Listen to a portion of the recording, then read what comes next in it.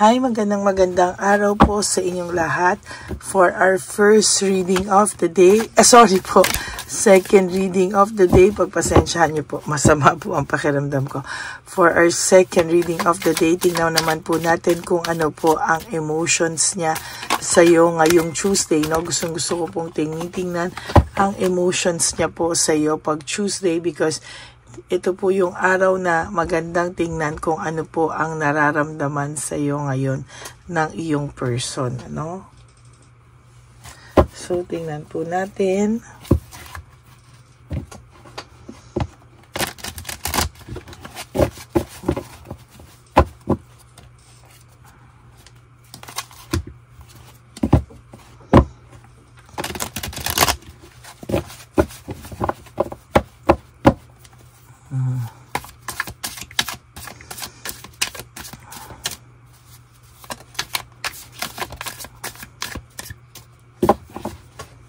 Tingnan po natin kung ano po ang makikita natin dito sa ating second reading of the day today.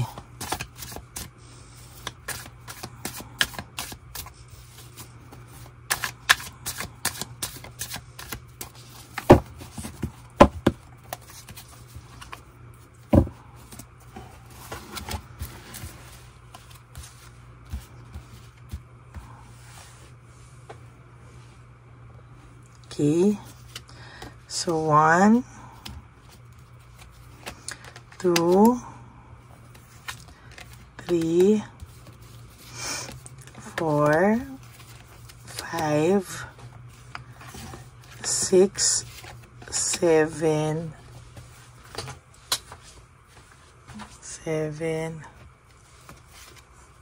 8, 9, 10. 11, 12, 13, 14, 15, 16, 17, 18, 19, 20.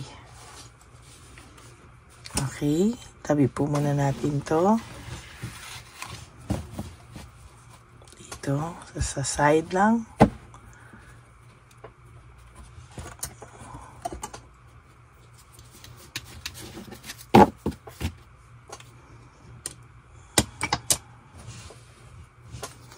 Buksan lang po natin ang ating mga kandila.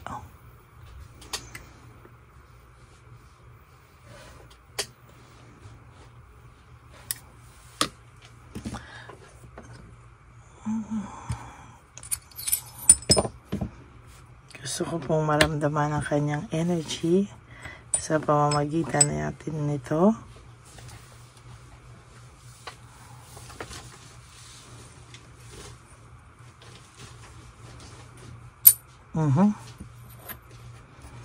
Dapat po kasi ay hindi siya yan. Okay, and then gamitan po natin, lagyan po natin kayo because it's Tuesday. Gamitan po natin kayo ng wishing incenso. Sabihin niyo po lahat ng inyong mga nararamdaman, no, dito sa ating wishing incenso. Tingnan po natin kung ano po ang ating makikita at inyong mararamdaman dito sa wishing incenso natin. Dito po tayo para hindi siya magkalat, no? Maganda pong makita natin kung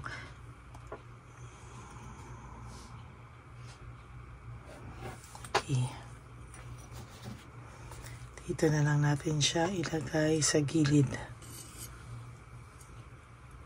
Yan.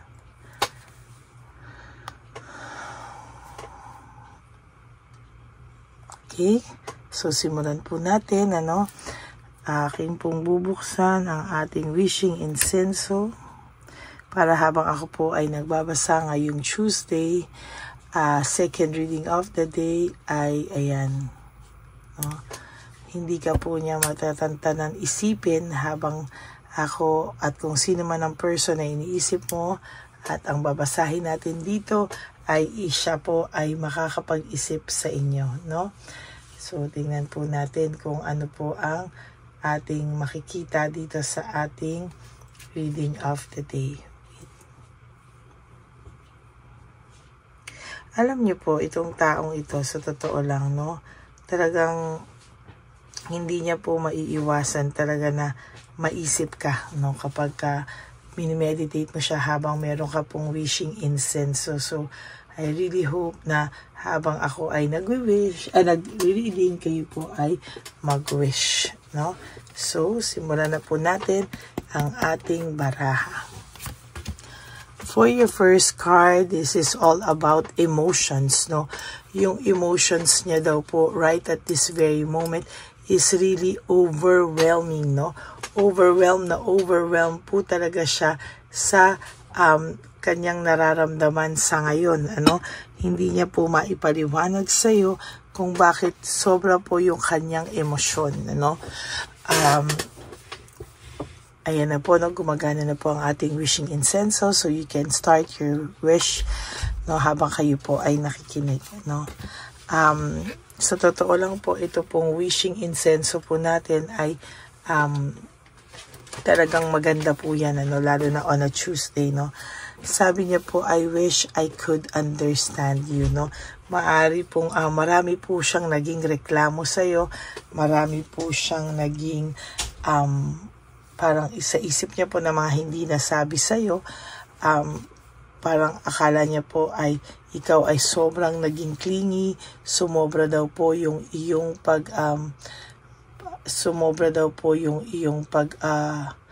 pag-handle ng iyong pagmamahal, no?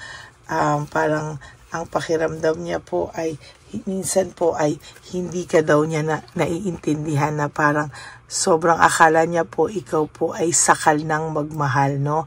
Pero ngayon po, no, ngayon ka po niya iniisip na okay lang pala, no? Kasi nung nakakita po siya ng isang sitwasyon na hindi naman po okay, doon niya po na-realize na iba ka sa lahat, no?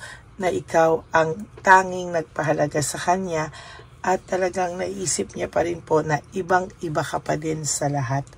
Siya po ay nalulungkot ngayon at hindi niya po maipaliwanag ang kanyang kalungkutan. Sabi niya nga po, I can't stop thinking about you. No, sa nararamdaman niya po ngayon, naisip niya po at naramdaman niya po na ibang-iba ka pa rin talaga. No, yan, no?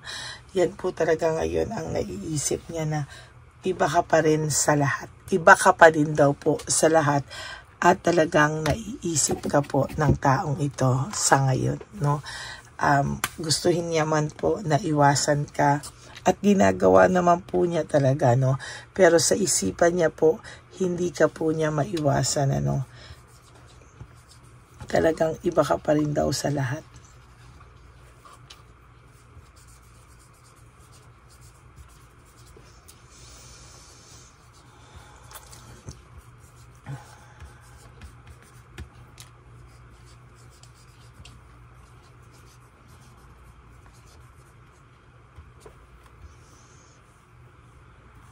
At di ka nawawala ngayon sa isip niya.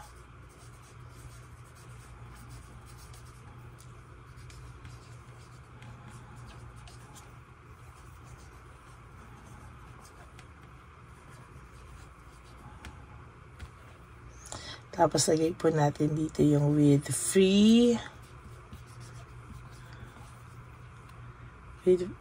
wishing incense.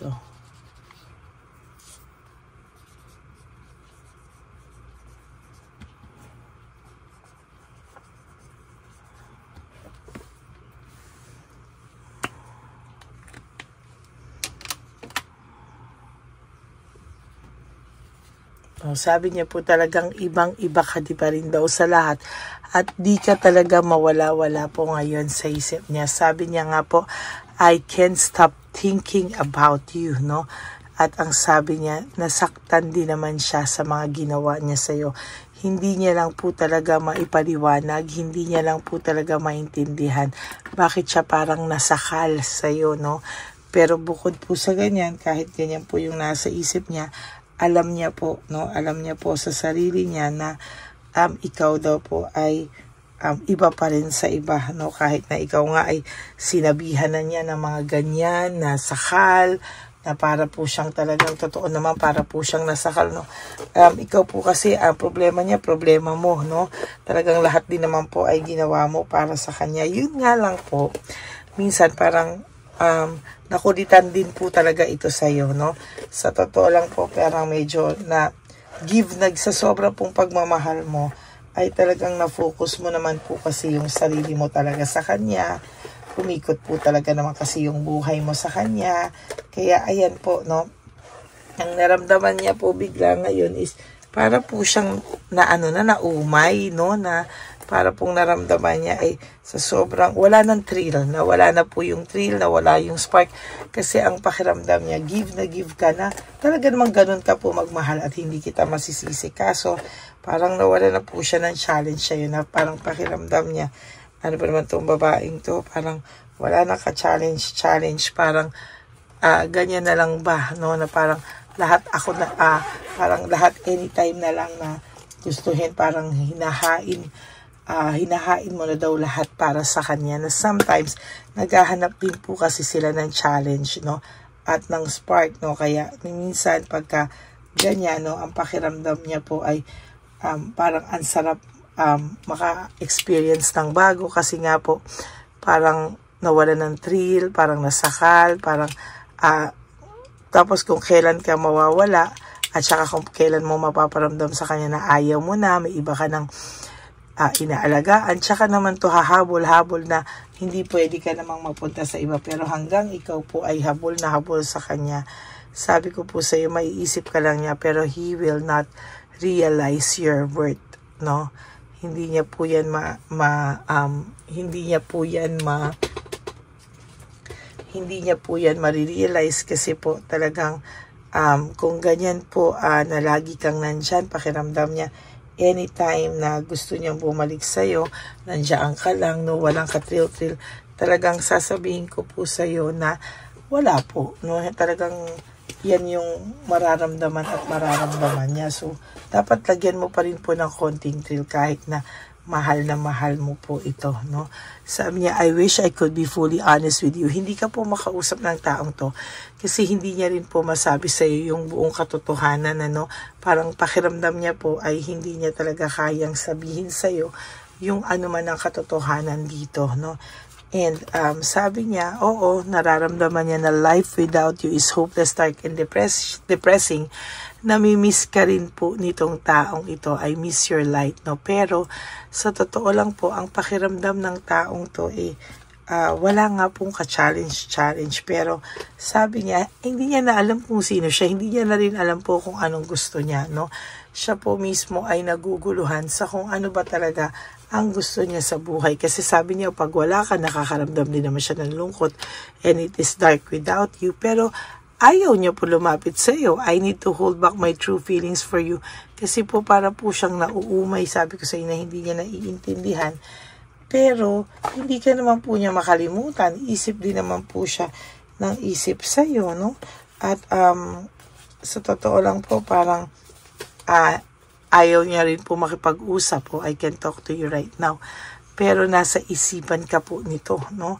Talagang iniisip niya po na iniisip ka niya, parang sinabihan ka na nga po nito na don't wait for me, or bahala na, ganyan, ano. Pero tatapatin po kita, no?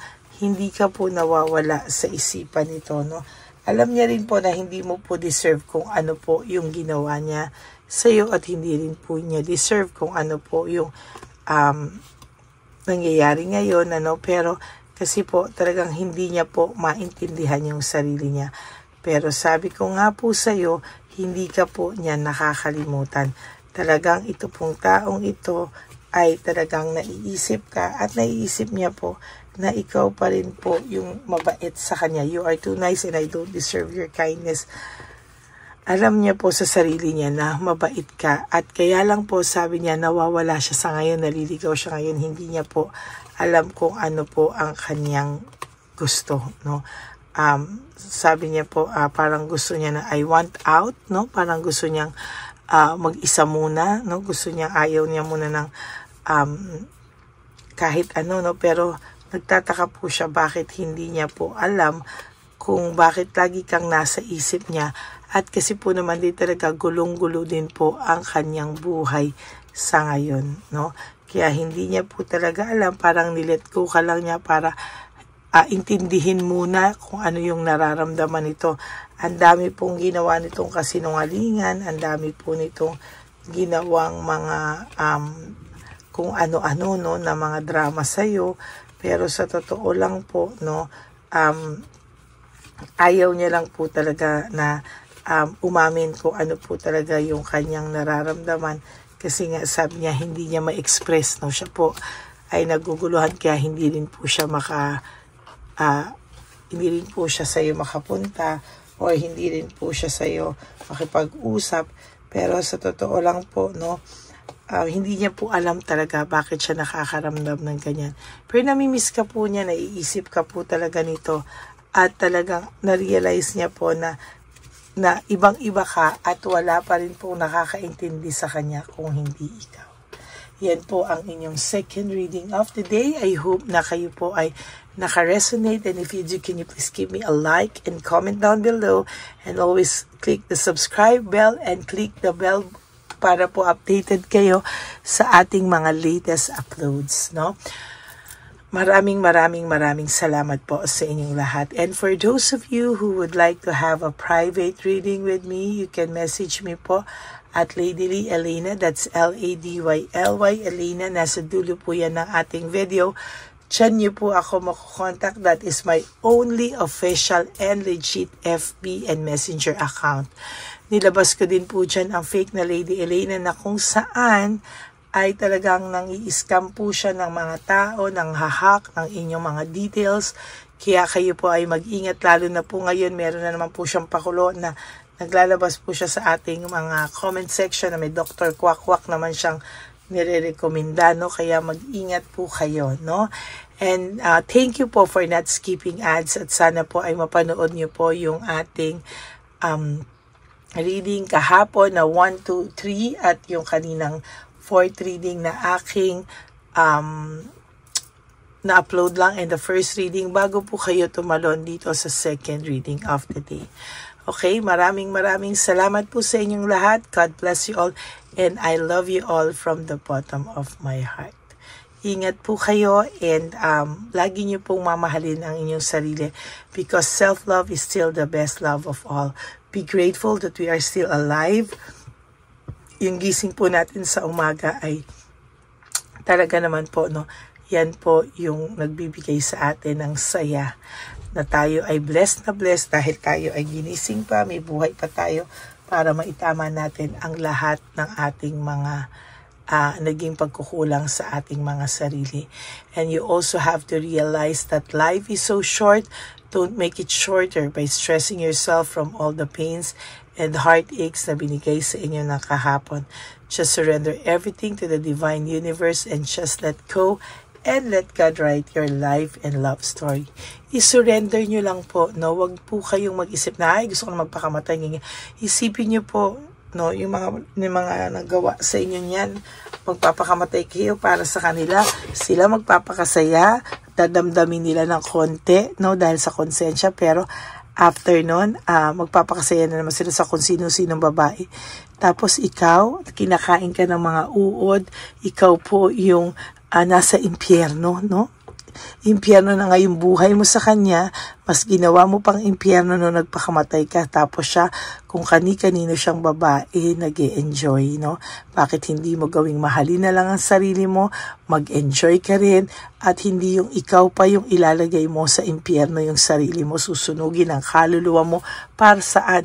Para saan ka maghihirap para sa lalaking ito? Ganun ba talaga siya ka-deserving na pati buhay mo ay ibibigay mo sa kanya, samantalang hindi kanya binigyan ng importansya? Pag-isipan mo po yan, kapatid, ha? Okay, and ako po ay magbabalik para sa third reading of the day. I hope po na mapanood nyo muna po lahat, ha? Tapos ako po ay magbabalik for another reading. Huwag po kayong malulungkot. And thank you po for not skipping ads. At for those of you who would like to give me a super thanks for this video, I would really be grateful. Maraming salamat po. God bless you all. Bye! Okay, update po, may nagpanggap pong subscriber natin na siya po ay magpapahula sa fake na Lady Elena, kaya ayan, hinihingan po siya ng $80 at ang cell po niya ay nabigay at nakuha. Ang pangalan niya po sa cell ay Julian Albert, no? Siya po ay may cell account din, kaya mag-iingat po kayo. Ayan po, no, kung sino man po yung scammer na Julian Albert na yan, no, iinsensuhan po natin yan para siya po ay makonsensya. Kung wala man po siyang konsensya, at least po bumalik sa kanya lahat po ng kanyang ginagawa, at maling-mali po yan, ano. Basahin niyo po lahat yan, makikita niyo po, ayan po ang cell number niya at Julian Albert na yan, ano, para po talagang mai-report din po natin yan na siya ay gumagamit ng cell account na Julian Albert. Mag-ingat po kayo. Ayan po yung number niya. Ayan po yung pangalan niya. Huwag po kayong magpauto. Nakita nyo naman po, no, napakalayo po ng pangalan ko sa pangalan ng pinagsisendan nyo po ng account o ng pera. Kaya mag-ingat po kayo at beware sa scammer na to. At talagang ayan po, pinost ko po ang kanyang pangalan dito para maging babala po sa inyong lahat. Maraming salamat po.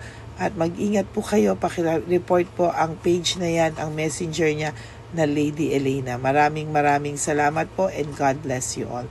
Ayan, sa susunod po makikita niyo yung account niya na i-report niyo. Salamat po na marami. Magandang gabi po ulit sa inyong lahat. Ako po ay muling nagpapaalala sa inyo na mayroon pong lumalabas sa FB at Messenger account na fake account po, no, nang hihingi po ng $25 through PayPal at hindi po yan totoo. Huwag po kayong maniwala dyan. At pag sinabi mo po na gusto ko pong marinig ang boses nyo or makita kayo, ang sasabihin po ay magbibigay kami ng link. Buksan mo yan at pagkatapos ay makikita mo ako. Huwag po kayong maniniwala dahil yan po ay hindi totoo. Yan po ay isang malaking scam na pag binuksan nyo po ay mahahack po lahat sa inyo. Mahahack po ang inyong mga personal details. Lahat ay mahahack. Ako po ay nalulungkot na ito po ay nangyari, ngunit sa talagang may mga tao pong masasama at may mga tao po talagang hindi makatiis na hindi gumawa ng masama sa ibang tao. Pero maging aware po sana kayo, tulungan nyo po ako, i-report po natin yung fake na yan at sa FB para siya po ay mawala na at wala na po siyang mabiktima pa, no? Nandyan po lahat ng details at maraming salamat po sa inyong lahat. Maraming salamat po sa inyong lahat at mag-iingat po kayo.